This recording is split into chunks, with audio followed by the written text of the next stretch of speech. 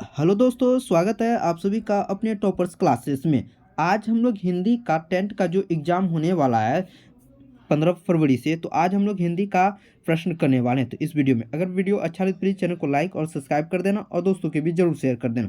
चलिए friend, video को start करते हैं। आज का हमारा फर्स्ट सवाल है कि आजकल भारतीय पहनावे बदल गए, इस वाक्य में पहनावे कौन सी संज्ञा है? जातिवाचक, व्यक्तिवाचक, भाववाचक या समूहवाचक?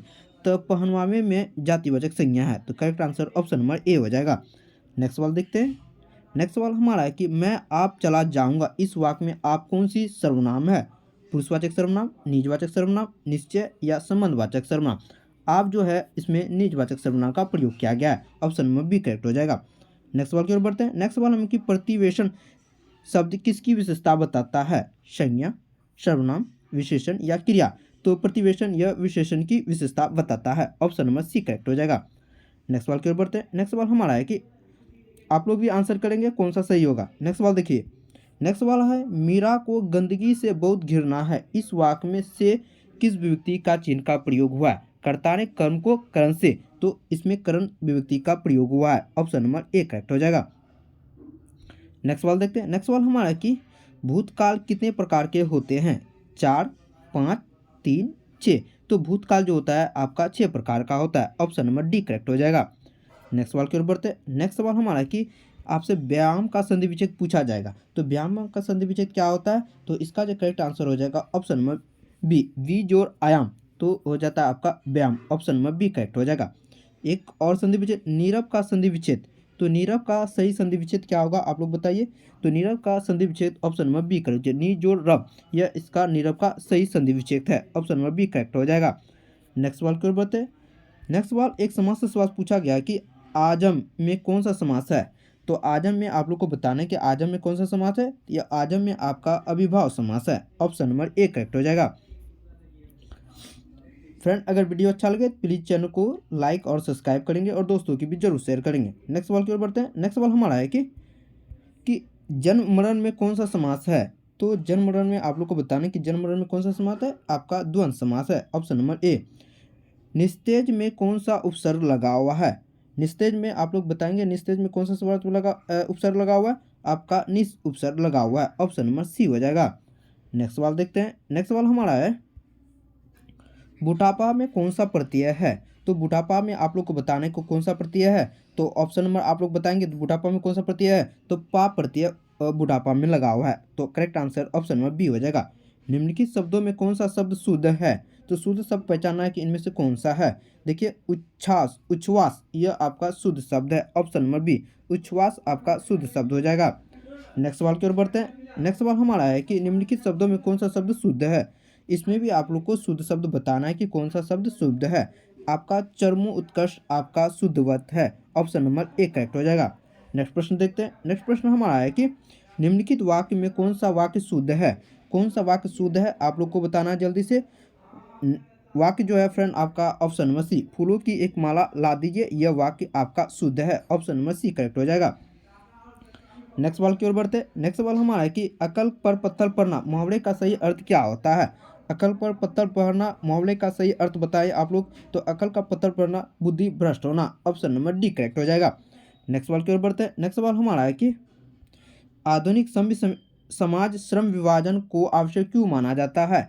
आधुनिक सभ्य समाज को श्रम विभाजन को आवश्यक क्यों माना जाता है? क्यों माना जाता है आप लोग बताएंगे। कार्य कुशलता के लिए माना जाता है, ऑप्शन नंबर ए करेक्ट हो जाएगा। नेक्स्ट सवाल देखते हैं। नेक्स्ट सवाल हमारा कि श्रम विभाजन जाति प्रथा पाठ बाबा साहेब किस भाषा में संपादित अंश हैं? तो किस भाषा में संपादित अंश है आप लोग बताइए फटाफट। तो इसका जो करेक्ट आंसर हो जाएगा option number C, annihilation of caste में संपादित है, ऑप्शन नंबर सी करेक्ट हो जाएगा। नेक्स्ट सवाल की ओर बढ़ते हैं। नेक्स्ट सवाल हमारा है कि ऐसे ही लड़के आगे चलकर गुंडे चोर डाकू बनते, यह पंक्ति किस कहानी के पात्र से ली गई है? तो यह पंक्ति कहानी के किस पात्र से लिया गया और यह पात्र कहाँ से लिया गया है? तो आपका हो जाएगा बहादुर कहानी से। तो बहादुर कहानी में ऐसा वर्ड किसने कहा था? सेन साहब ने कहा था, ऑप्शन नंबर सी करेक्ट हो जाएगा। नेक्स्ट सवाल की ओर बढ़ते हैं। नेक्स्ट सवाल हमारा है किस अध्ययन के क्षेत्र में भारत ने के कारण नवजीवन का संचार हो चुका है? तो किस क्षेत्र के अध्ययन में भारत के कारण नवजीवन का संचार हो चुका है? किस क्षेत्र में? तो इसका जो करेक्ट आंसर हो जाएगा नीतिकथा के क्षेत्र में भारत का नवजीवन का संचार हो चुका है। ऑप्शन नंबर बी करेक्ट हो जाएगा। नेक्स्ट सवाल की ओर बढ़ते हैं। नेक्स्ट सवाल हमारा है कि सहजात वृत्तियाँ किसे कहते हैं। तो सहजात वृत्तियाँ किसे कहा गया है। तो सहजात वृत्तियाँ अनजान स्मृतियों को कहा गया है। ऑप्शन नंबर बी करेक्ट हो जाएगा। नेक्स्ट सवाल की ओर बढ़ते हैं। नागरी लिपि के आरंभिक लेख हमें कहाँ से मिले हैं। तो नागरी लिपि का आरंभिक लेख आप लोग को कहाँ से मिला गया है, आप लोग बताएंगे फटाफट। तो इसका जो लेख मिला गया दक्षिण भारत से मिला गया। ऑप्शन नंबर सी करेक्ट हो जाएगा। नेक्स्ट सवाल की ओर बढ़ते। बतमा दानपत्र का समय है। तो बतमा दानपत्र का क्या समय है। तो इसका जो समय है 1020 ईस्वी है। तो correct answer option number A हो जाएगा। बहादुर बहादुर लेखक के घर से अचानक क्यों चला गया था। तो आप लोग को बताना कि बहादुर जो है घर से अचानक क्यों चले गया था। क्यों। स्वयं के प्रति लेखक तथा उसके घरवाले के व्यवहार में आए परिवर्तन के कारण बहादुर घर छोड़कर चला गया था। ऑप्शन नंबर सी करेक्ट हो जाएगा। नेक्स्ट सवाल की ओर बढ़ते हैं। नेक्स्ट सवाल हमारा है कि साहित्य की परंपरा का पूर्ण ज्ञान किस व्यवस्था में संभव है। तो साहित्य की परंपरा का पूर्ण ज्ञान किस व्यवस्था में संभव है। तो आप लोग को बताना कि इसका जो करेक्ट आंसर होगा ऑप्शन नंबर सी, सामाजिक व्यवस्था में साहित्य की परंपरा का पूर्ण ज्ञान संभव है। Option number C. Birju Maharaj का जन्म कब हुआ था, आप लोग बताइए फटाफट। बिरजू महाराज का जन्म कब हुआ था। यह जन्म हुआ था आपका 4 फरवरी 1938 ईस्वी में। ऑप्शन नंबर ए करेक्ट हो जाएगा। नेक्स्ट सवाल की ओर बढ़ते हैं। नेक्स्ट सवाल हमारा है कि द मादा मोजेल द अवन्यू किसकी कृतियाँ हैं। यह किसकी कृतियाँ हैं, आप लोग को बताना है कि इसकी यह किसकी कृतियाँ हैं। इसका जो करेक्ट आंसर होगा पिकासो की यह कृतियाँ हैं। ऑप्शन नंबर बी करेक्ट हो जाएगा।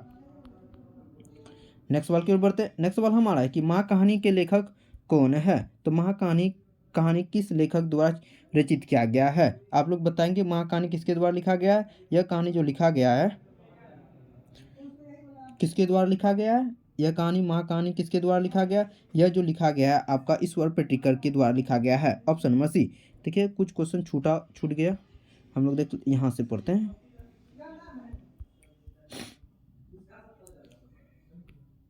देखिए क्वेश्चन नंबर 27 से देखिए। क्वेश्चन नंबर 27 से देखिए। ला शत्रुज का धार्मिक उपाय कब से कब तक होता रहा है। तो ला शत्रुज का धार्मिक उपयोग कब से कब तक होता रहा है, आप लोग को बताना है। इसका जो करेक्ट आंसर हो जाएगा ऑप्शन नंबर डी, 14वीं सदी से लेकर फ्रेंच क्रांति तक यह रहा था। ऑप्शन नंबर डी करेक्ट हो जाएगा। नेक्स्ट सवाल की ओर बढ़ते हैं। नेक्स्ट सवाल हमारा है कि मछली कहानी में किस वर्ग का चित्रण किया गया है। तो मछली कहानी के चित्र का वर्णन किया गया है आपका निम्न मध्यम वर्ग के परिवार का चित्रण किया गया है। ऑप्शन नंबर सी करेक्ट हो जाएगा। नेक्स्ट सवाल की ओर बढ़ते हैं। नेक्स्ट सवाल हमारा है कि बिस्मिल्लाह खां के साथ किस मुस्लिम पर्त का नाम जुड़ा हुआ है। तो बिस्मिल्लाह खां के साथ किस मुस्लिम पर्त का नाम जुड़ा हुआ है। यह जुड़ा हुआ है आपका मुहर्रम का। तो correct answer option number D, Bismillah Khan के साथ मुहर्रम पर्व जुड़ा हुआ है। ऑप्शन नंबर डी करेक्ट हो जाएगा। महात्मा गांधी के अनुसार उदात्त और बढ़िया शिक्षा क्या है। तो महात्मा गांधी के अनुसार उदात्त और बढ़िया शिक्षा क्या हो सकता है, आप लोग बताएंगे जल्दी फटाफट कमेंट में। इसका जो होता है ऑप्शन नंबर सी, अहिंसक प्रतिरोध महात्मा गांधी के अनुसार उदात्त और बढ़िया शिक्षा माना गया है। ऑप्शन नंबर सी। नेक्स्ट सवाल की ओर बढ़ते हैं। नेक्स्ट सवाल हमारा कि वाणी कब विश्व के समान हो जाती है। तो वाणी कब विश्व के समान हो जाती है। यह राम नाम के बिना वाणी विश्व के समान हो जाती है। ऑप्शन नंबर ए करेक्ट हो जाएगा। नेक्स्ट सवाल की ओर बढ़ते हैं। नेक्स्ट सवाल की रसखान के रचनाकाल के समय किसका राजकाल था। तो रसखान के रचनाकाल के समय किसका राजकाल का था, आप लोग को बताना है। यह जो था जहांगीर का राजकाल का था। तो correct answer option number C हो जाएगा। नेक्स्ट सवाल की ओर बढ़ते हैं। नेक्स्ट सवाल हमारा है कि कवि ने परंजय किसे कहा है। कवि ने किसे परंजय कहा है। यह कहा है बादल को। ऑप्शन नंबर सी। प्रेमधन अपना आदर्श किसे मानते थे। प्रेमधन आदर्श अपना किसे मानते थे। यह मानते थे भारतेंदु हरिश्चंद्र को प्रेमधन अपना आदर्श मानते थे। Option number D. नेक्स्ट सवाल देखते हैं। नेक्स्ट सवाल हमारा है कि भारत माँ के श्रेष्ठ मुख की तुलना कवि किससे की है। तो भारत माँ के श्रेष्ठ मुख की तुलना कवि ने किससे की है, आप लोग को बताना है। यह क्या छायायुक्त चंद्र से का है। ऑप्शन नंबर डी करेक्ट हो जाएगा। नेक्स्ट सवाल की ओर बढ़ते हैं। नेक्स्ट सवाल हमारा है कि बहुत ही बेहतरीन सवाल प्रश्न करवा। अगर वीडियो अच्छा लगे प्लीज़ चैनल को लाइक और सब्सक्राइब जरूर करेंगे।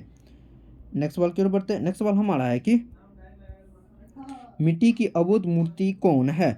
तो मिट्टी की अबोध मूर्ति कौन है, आप लोग को बताने कि मिट्टी की अबोध मूर्ति कौन है। यह जनता है। Correct answer option number B हो जाएगा। मिट्टी की अबोध मूर्ति किसे कहा गया है, जनता को कहा गया है। नेक्स्ट सवाल की ओर बढ़ते हैं, हिरोशिमा कविता किसका चित्रण करती है?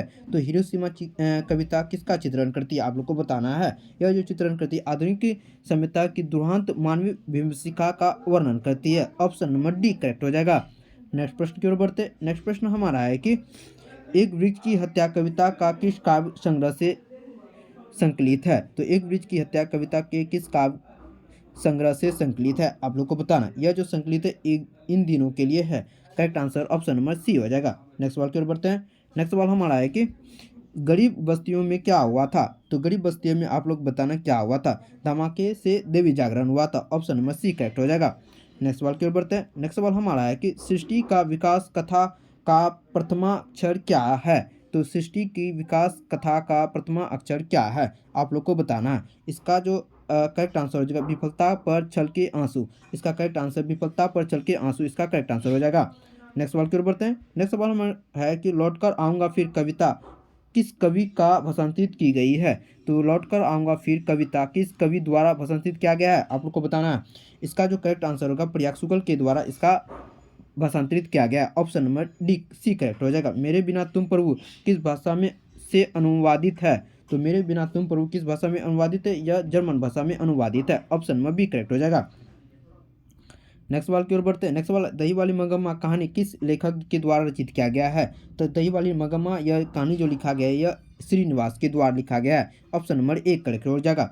मगम्मा की बहू का क्या नाम था? मगम्मा की बहू का क्या नाम था, आप लोग को बताना कि मगम्मा की बहू का क्या नाम था। यह नजम्मा था। ऑप्शन नंबर एक करेक्ट हो जाएगा। नेक्स्ट सवाल की ओर बढ़ते हैं। नेक्स्ट सवाल हमारा है कि दहते विश्वास कहानी किस लेखक के द्वारा अनुवादित है? तो दहते विश्वास कहानी जो लिखा गया यह किसके द्वारा लिखा गया? यह राजेंद्र प्रसाद मिश्र के द्वारा लिखा गया है। ऑप्शन नंबर एक करेक्ट हो जाएगा। फ्रेंड वीडियो अच्छा लगे प्लीज चैनल को लाइक और सब्सक्राइब जरूर करेंगे। नेक्स्ट सवाल की ओर बढ़ते हैं। नेक्स्ट सवाल हमारे कि माँ कहानी के लेखक किसके द्वारा लिखा गया? तो यह ईश्वर पेडनेकर के द्वारा लिखा गया। ऑप्शन नंबर सी। मंगू की माँ को कितनी संतानें थी? तो मंगू की माँ को आप लोग बताना कि कितनी संतानें थी। तो मंगू की माँ को 4 संतानें थी। ऑप्शन नंबर सी करेक्ट हो जाएगा। नेक्स्ट सवाल की ओर बढ़ते हैं। नेक्स्ट सवाल हमारे की नगर कहानी किस भाषा में अनुवादित है? तो नगर कहानी किस भाषा में अनुवादित है, आप लोग को बताना है। यह तमिल भाषा में अनुवादित है। ऑप्शन नंबर बी करेक्ट हो जाएगा। पापति की उम्र क्या थी, आप लोग को बताना 49 का पापति की उम्र क्या थी। पापति की उम्र आपका 12 वर्ष था। ऑप्शन नंबर सी करेक्ट हो जाएगा। नेक्स्ट सवाल की ओर बढ़ते हैं। नेक्स्ट सवाल हमारा है कि धरती कब तक घूमेगी कहानी किसके द्वारा अनुवादित किया गया है? तो धरती कब तक घूमेगी यह सावरदैया के द्वारा अनुवादित किया गया। ऑप्शन नंबर बी करेक्ट हो जाएगा। फ्रेंड अगर वीडियो अच्छा लगे प्लीज चैनल को लाइक और सब्सक्राइब करेंगे। मिलते हैं नेक्स्ट वीडियो में धमाकेदार क्वेश्चन का साथ। Thank you watching for this video.